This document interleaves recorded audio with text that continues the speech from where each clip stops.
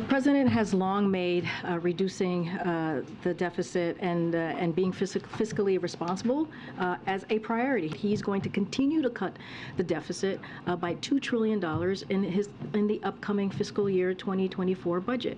And that's something that you all are going to see on March 9th when he puts forth his budget.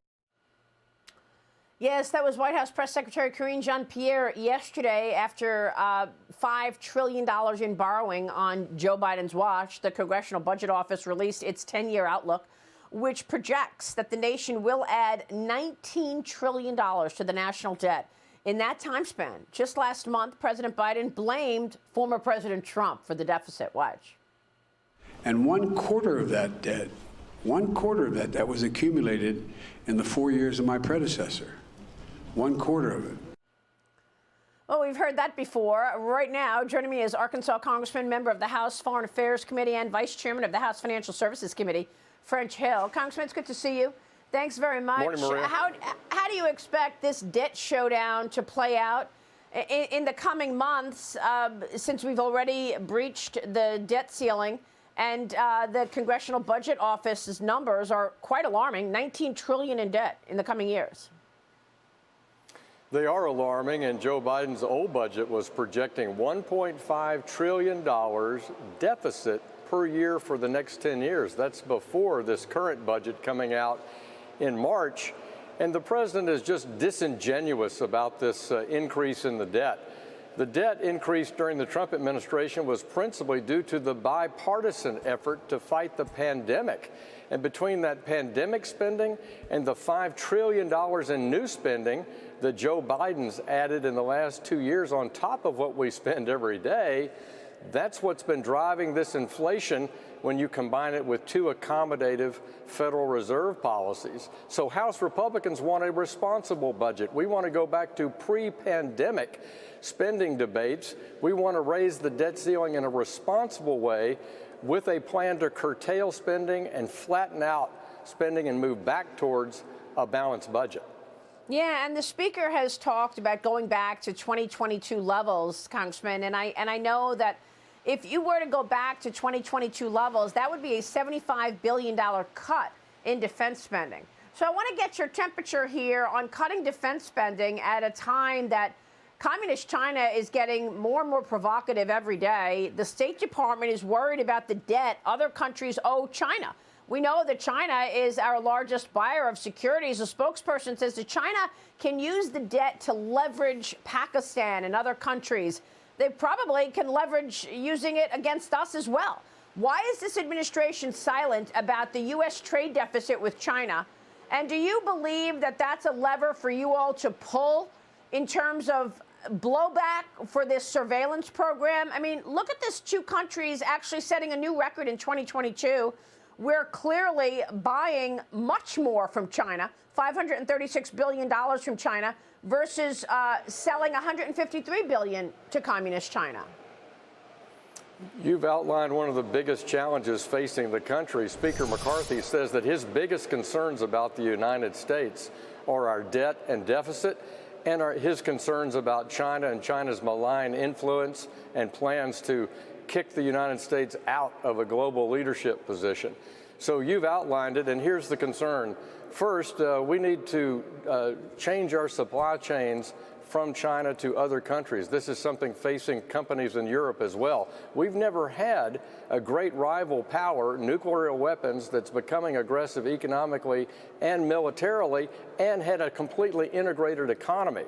So that's a big challenge. Secondly, you talk about China's debt position. Their position in U.S. Treasuries has come down over the last few years, but they've taken their creditor status and bankrupted the developing world. And that's what the case is in Pakistan. This is why we're not only concerned about China's credit status in Pakistan, but around the world. They don't play by the same rules, and I hope Janet Yellen will hold them accountable and make sure that China joins the Paris Club and like every other mature, solid, sovereign lender, works to help work out these debts in the developing world, including Pakistan. Well, I mean, there are so many questions about Communist China. We know that China Renaissance shares are plunging because the company's CEO cannot be found. he's unreachable. We don't know if he's been disappeared by Communist China the way Jack Ma was disappeared. But all of this is happening at a time that China is getting increasingly provocative. I just reported breaking news from my sources at the border. And Congressman, what I'm being told is that in the Rio Grande sector alone, 25 to 30 Chinese nationals are being led into the country, and they're just given a notice to appear, right? So they just go find, a habitat in America. We don't know what they're doing. We don't know where they're going. And these people apparently have worked with the Chinese Communist Party, or they are associated with the CCP. What is China up to? Well, this is why we have our select committee on China that was outlined by Speaker McCarthy as one of his top goals for this Congress. Mike Gallagher of Wisconsin is going to chair that. And we're going to look at all of China's strategies and determine the best ways for the United States to counter those. What you say about the border is true, but this is a failure of the Biden administration generally to let in millions and millions of people who are claiming asylum and just let them out in the country without any surveillance or monitoring whatsoever. So that's a challenge. But I think the biggest issue is how do we counter China economically, militarily, and diplomatically when Xi Jinping is actually, as you say, having a genocide in his own country against his Uyghur citizens. He's having his business people disappear. He's cracked down and closed Hong Kong. He's threatening Taiwan. This is not a mature global leader who's a P5 member at the UN, who's a responsible person, in addition to buying all of Russia's oil. So this is why the United States has to have our allies join us in countering what China's doing. So do you have any new information on this spy balloon? I mean, Florida Senator Marco Rubio is calling out the administration for being weak on China. He tweeted out this: "We have zero evidence suggesting China's spy balloon entered U.S. airspace by accident, and compelling evidence that it was by design. And anybody in the administration or Congress who suggests it was not intentional is either a fool or a liar or a CCP apologist," Congressman. Well, this is exactly what the intelligence community is going to assess. But this goes back to first principles. When we saw the balloon in the Aleutian Islands off Alaska, we saw it visually by aircraft and on a radar signal.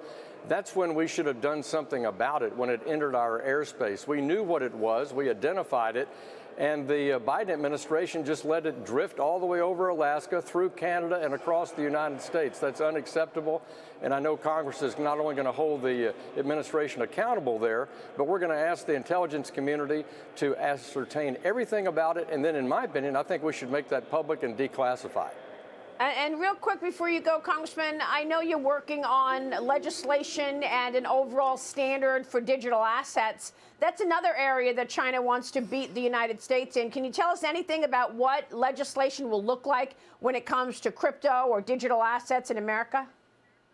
You're right. I'm pleased to chair that committee. We want to have a regulatory framework in the United States for digital assets, including digital assets of any kind, including crypto, that allows that innovation to take place in the United States, lets U.S. companies be able to innovate in that arena, while we also protect developers and consumers and investors. And we're going to develop that. We know we need it after we saw the debacle in our digital asset markets last year.